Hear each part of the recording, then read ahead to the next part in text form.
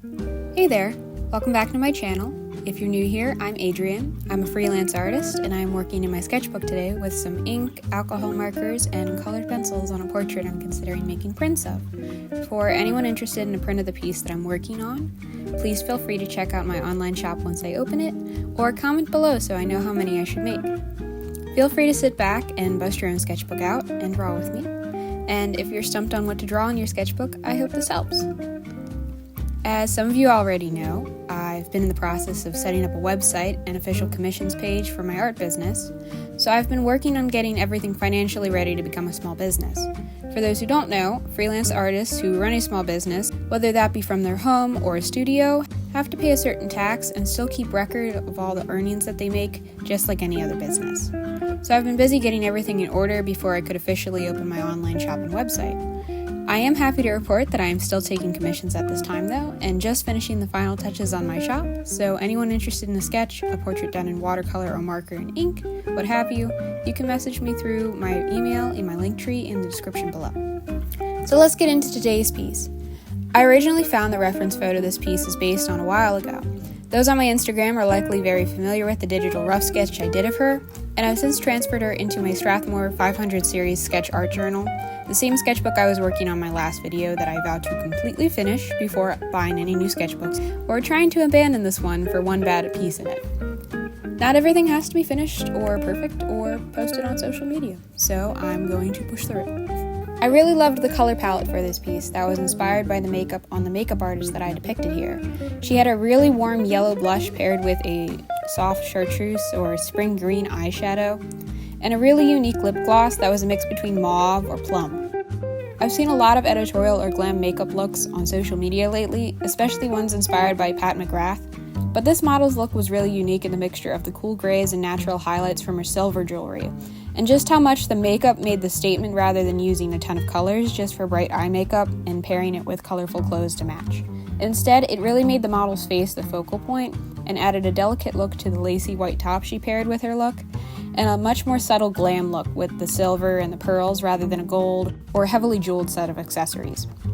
I tried not to stray from the reference photo too much this time to try not to lose the mood or the original look, only adding a little bit more green to add a little more variety in terms of the color scheme. I think it's important to branch out to studying other forms of art other than your own every once in a while. From makeup to special effects to animation and film, art is everywhere. And especially if you're in a bout of art block, it's nice to look somewhere new for inspiration. I've been trying to get back into doing marker and ink illustrations lately, as I've found it takes a lot less time to finish those pieces than when I'm rendering with watercolor or gouache, especially when filming it. I've also found that my alcohol markers work really nicely in my sketchbook, and though watercolor isn't a horrible medium on this paper, it's not built for it, so I can only do light washes and gradients, and not a lot of heavy layering or more complex techniques. In other words, I think watercolor's alright in the sketchbook, but I mostly use it for practice work or a simple sketch, not something that I plan on turning into a finished illustration that I'll be selling. I recently had to find some new pens that would work with my markers.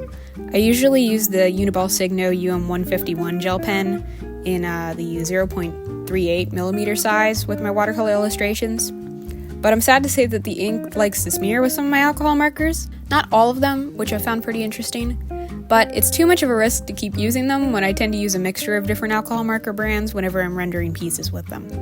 Most people who regularly work with alcohol markers would probably say that they use the Sakura Pigment Micron fine liners or the Copic Multiliners, or a fine liner from the same company that makes their markers. But I caved on an online sale day and decided to try out Copic's Multiliners. That's not to say I wouldn't still recommend my Uni-Ball Signo, because I honestly think the DX series is a pretty underrated line, both for artists and stationery fans, and I still enjoy using them when I'm working with watercolor. I'm just really happy to find a pen that works with marker and watercolor that I can pack in my pencil case instead of having to change out my pens every time I'm switching between mediums on the go. So far, I've really enjoyed using the multi-liners. I'm looking forward to experimenting with what kind of styles I can achieve with their newer cool gray and lavender pens. But in the meantime, I'm very happy with their regular black pens. I also grabbed one of their Gasenfude nylon brush pens, which I ended up using in the piece for her hair, and was particularly interested in the claim that they're completely compatible with Copic markers and alcohol markers in general, since I have a couple of brush pens, but most of them I have to use as a final step if I don't want the ink to smear or run after I try adding a layer of marker over them. I'll get into how I felt about the brush pen when I get to the hair, but as for the fine liners, I can say that aside from their price, I'm very pleased with their performance. I've used their wine and olive green fine liners before, so I'm not new to these pens, just their newer colors. And I'm really happy to report that they are, in fact, safe for watercolor and marker illustrations. I actually recently tested them against all my other fine liners in filming for an upcoming fine liner review and comparison video. So if anyone's looking for what pens to try and which to avoid, definitely stay tuned for that one. They typically run for about $7 where I live, which is pretty steep for one pen, and I did end up wearing the tip of my black fine liner down pretty quickly after using it to make a lot of lines with my ruler. But aside from that, the tip is very sturdy. The body of the pen is very comfortable and not clunky in design. The ink is nice and rich, and most importantly, they work with all my markers, even my Spectrum Noir markers, which have decided to be the most problematic and troublesome brand imaginable when it comes to smearing with almost every fine liner that I've got, and deciding to have a fun little chemical reaction with my other markers. For anyone wondering why I'm not a Spectrum Noir fan, please feel free to check out my upcoming alcohol marker showdown video. To put it simply, I cannot in good conscience recommend them to anyone. They drive me insane.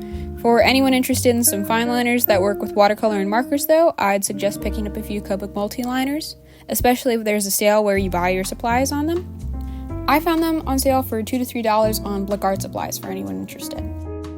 I've recently been looking for a new set of markers as well. I'm planning on doing a brand comparison and review video about all the alcohol marker brands that I've used over the years and what I'd recommend and avoid, but I've been meaning to upgrade my collection. Believe it or not, I've had over half of my markers for over 8 years, some even since middle school, and some of them haven't dried out until recently.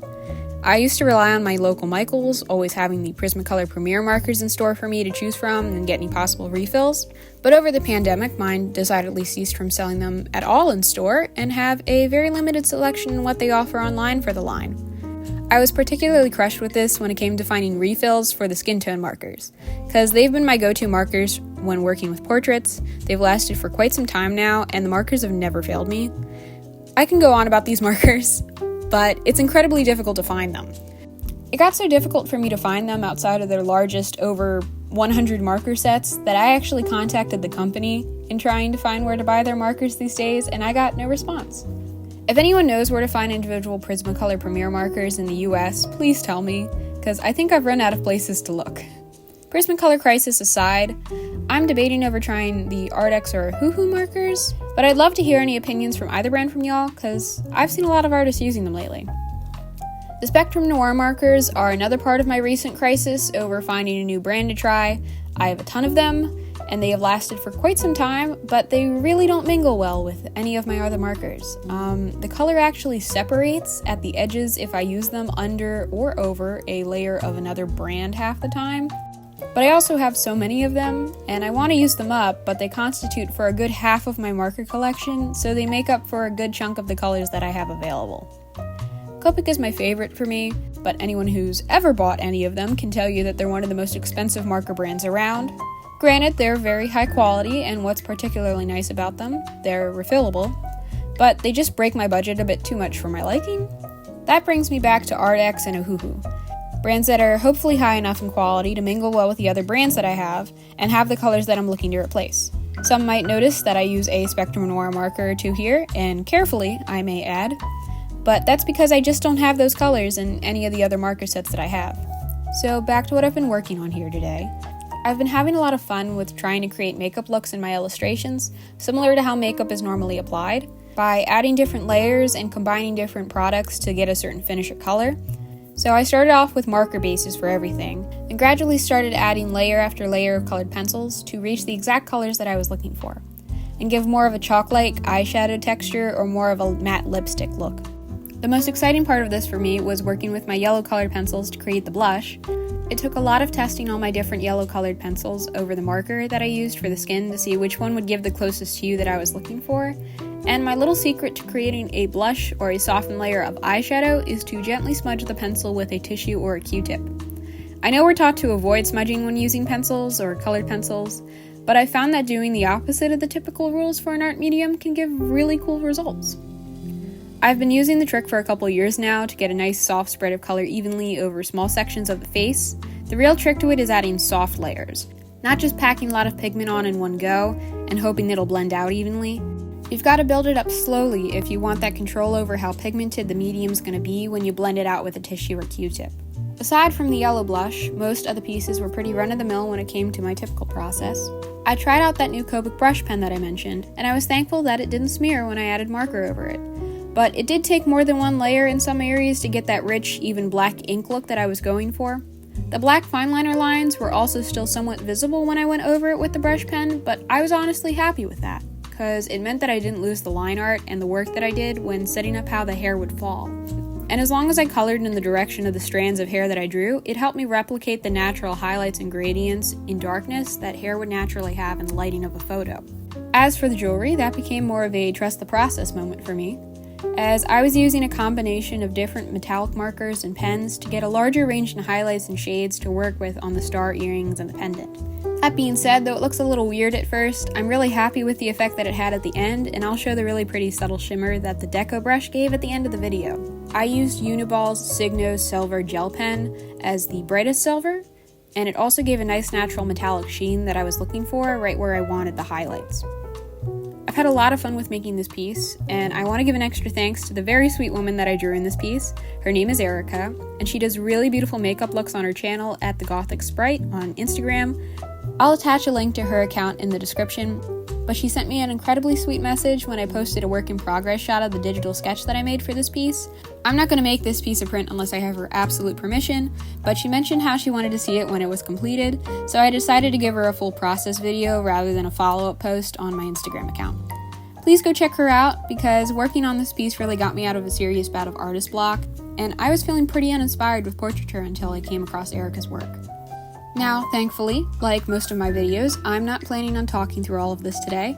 I always like to leave a little bit of time for you to just listen to some background music or put some of your own music on and hopefully inspire a few of you to work on something while watching this.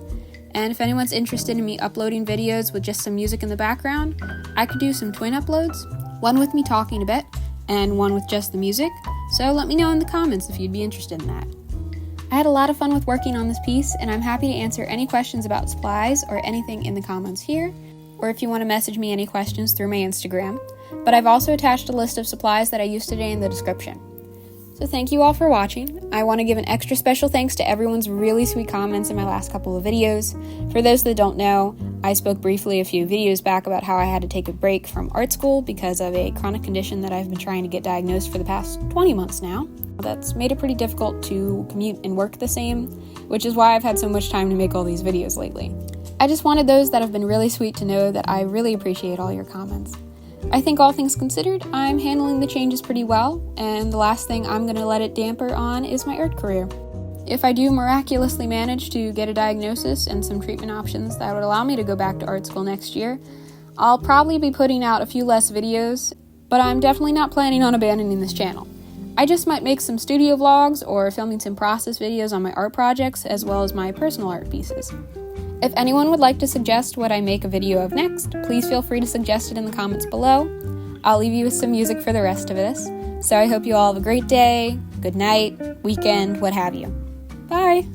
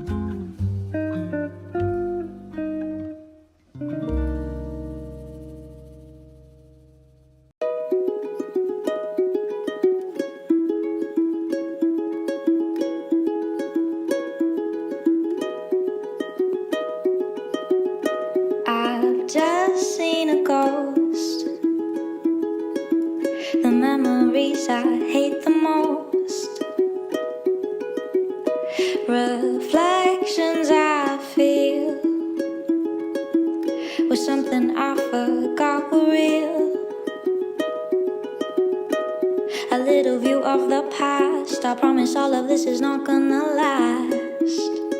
Trust me, I know.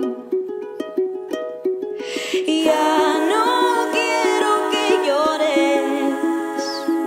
The universe is gonna give you muchas flores. Quítate ese miedo. You'll be a lot more, trust me, yo te entiendo. Mama, I apologize. I'm not what you thought in your mind, but I promise I'll be worth all the love that you gave me. I'm bad, you will make it far. All of the wishes that you begged from the start, they will come true. Ya no quiero que llores. The universe is gonna give you muchas flores. Quítate ese miedo. You'll be a lot more, trust me, yo te entiendo.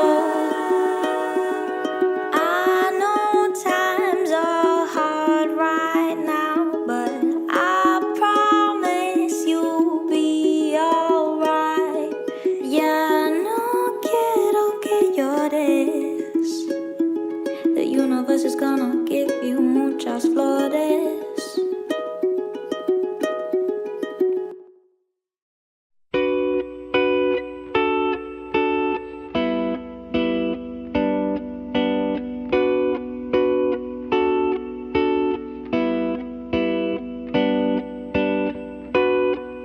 Look back in bitterness, going back to broken pieces past.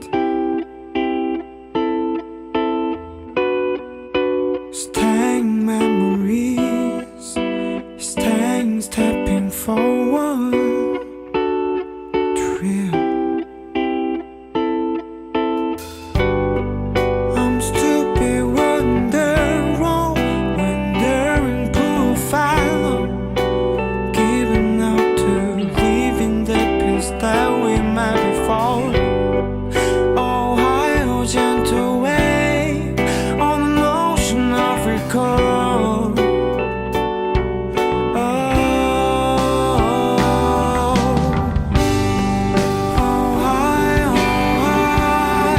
I want your pain.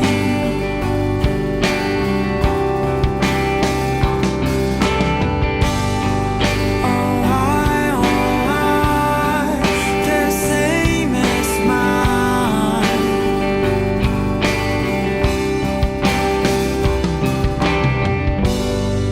Long story, truly short. Rewind, never over again. Hard to find the rest. Worried out and never can stand. I'm stupid, blind old man, denying such a bright. Give up, go to living the peace that we met before. Oh, hi, oh, gentle wave on an ocean of recall.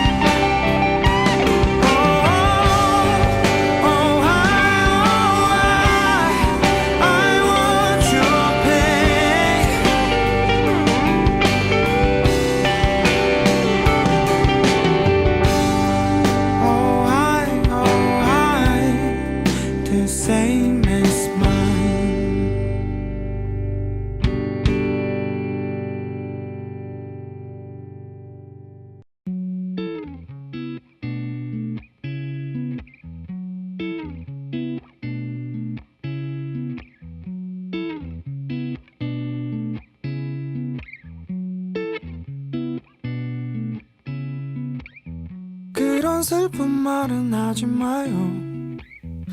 아마 그럴 줄은 알았는데 이젠 좀 잔잔하다 했었는데 뒤도 돌아보지 않나. 그런 마음을 낮추지 마요. 저기 다가온다 기대했는데 또 한편 언젠가는 떠나갈걸 이젠 슬쩍 봐도 알아. We like comes and goes, cause we did this way we tried before. We like comes and goes, cause people still play the game all the time. 따스한 야군 별을 떼어냈죠. 옅은 빛을 살피고 있으면 내일이 그리 기다려졌는데 이젠 그렇지도 않나. 어렸을 땐 몰래 훔쳐봤던 아빠의 수첩 같은 일기장엔 오늘의 걱정이 적혀있던 게 이제야 생각나네. And we like comes and goes, cause we did this way we tried before. And we like comes and goes, cause people still play the game all the time.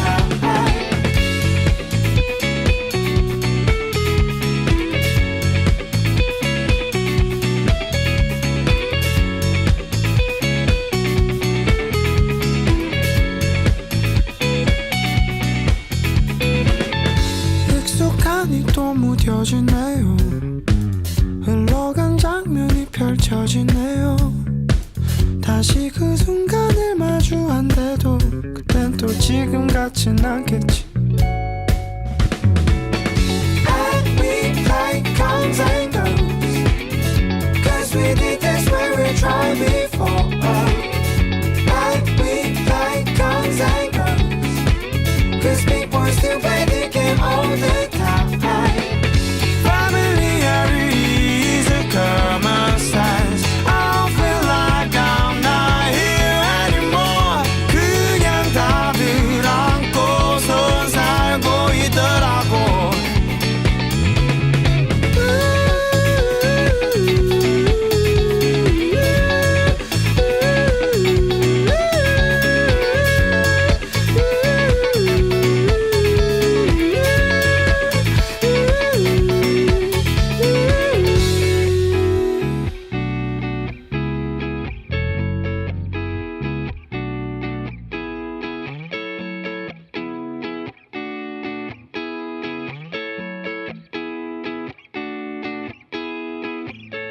다들 그렇게들 떠나나요?